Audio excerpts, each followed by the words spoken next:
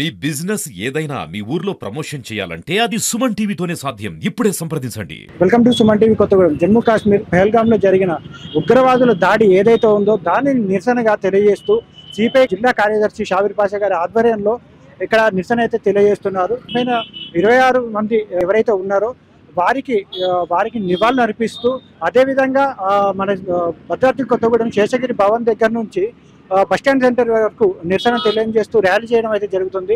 ప్రస్తుతానికి మనం bus stand centre దగ్గర అయితే ఉన్నాం. దానికి సంబంధించిన పూర్తి వివరాలు తెలుసుకుందాం.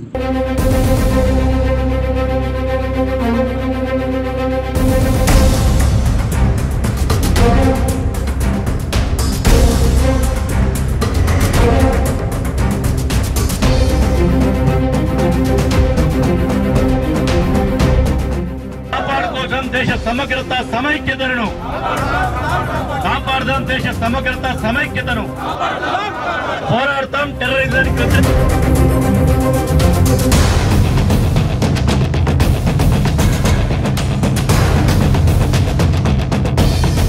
జమ్మూ కాశ్మీర్లోని పహల్గామ్లో మరి పర్యాటకులపై విచక్షణ రహితంగా కాల్పులు జరిపి 27 మందిని పొట్టన పెట్టుకున్నటువంటి పాక్ ప్రేరేపిత ఉగ్రవాదులకు వ్యతిరేకంగా ఆ దారుణమైనటువంటి మరణకాండని ఖండిస్తూ అమరులైన వారికి మరి వారందరికీ శ్రద్ధాంజలి ఘటిస్తూ దేశ సమగ్రతను సమైక్యతను కాపాడుకునే దాంట్లో అందరం ఐక్యంగా పోరాడదామని, టెర్రరిజం వ్యతిరేక పోరాటంలో సమస్త భారతీయ పౌర సమాజం ఒకే బాటగా కొట్లాడదామని చెప్పి తెలియజేస్తూ మరి భారతీయులందరూ ఐక్యంగా ఈ సంఘటన ఎదుర్కోవాలని భారత కమ్యూనిస్ట్ పార్టీ సిపిఐ ఆధ్వర్యంలో ఈనాడు జిల్లా వ్యాప్తంగా అనేక కేంద్రాల్లో నిరసన ర్యాలీలు మరి దేశ సమగ్రత సమైక్యతను కాపాడుకునేటటువంటి ప్రతిన ర్యాలీ నిర్వహించడం జరిగింది.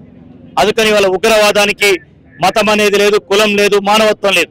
అందుకని ఆ ఉగ్రవాదపు చర్యల్ని ప్రేరేపిస్తున్న వారు ఉగ్రవాదానికి వ్యతిరేకమైన పోరాటంలో దేశ పౌరులు హిందూ, ముస్లిం, సిక్, ఈసాయి అనే భేదాభిప్రాయం లేకుండా భారతీయ పౌర సమాజం ఇవాళ అందరూ కూడా పోరాడాల్సిన అవసరం ఉంది. ముఖ్యంగా జమ్మూ కాశ్మీర్ రాష్ట్రంలో జరిగినటువంటి ఈ మారణ హోమానికి వ్యతిరేకంగా మరి 35 సంవత్సరాల తర్వాత యావత్ జమ్మూ కాశ్మీర్ ప్రజలు 99% మంది ప్రజలు ఈ యొక్క నిరసన కార్యక్రమంలో పాల్గొన్నారు. ఈ దుశ్చర్యను ఖండించారు. తద్వారా భారతీయుల యొక్క ఐక్యతను, ఈ దేశం పట్ల తమ పట్ల ఉన్నటువంటి భక్తి భావాన్ని, దృఢత్వాన్ని కూడా చాటి చెప్పినటువంటి పరిస్థితి ఉన్నది. అందుకని ఈ టెర్రరిస్టుల లక్ష్యంగాని ఈ దాడుల ద్వారా ఈ దేశంలో అల్లకల్లం సృష్టించాలని, ప్రజల మధ్య వర్గ వైషమ్యాలను మరింత సృష్టించాలనుకున్న వాళ్ళ పన్నాగం పటాపంచలైంది. అమరులైన కుటుంబాలకు అండగా ఉందాం, భారతీయులందరూ ఐక్యంగా నిలబడదాం. ఇటువంటి టెర్రరిస్టు భావాలని, టెర్రరిస్టులకు వ్యతిరేకంగా మన దేశాన్ని కాపాడుకోవడంలో అందరం కలిసి పోరాడదామని సిపిఐ తరఫున పిలుపునిస్తాం.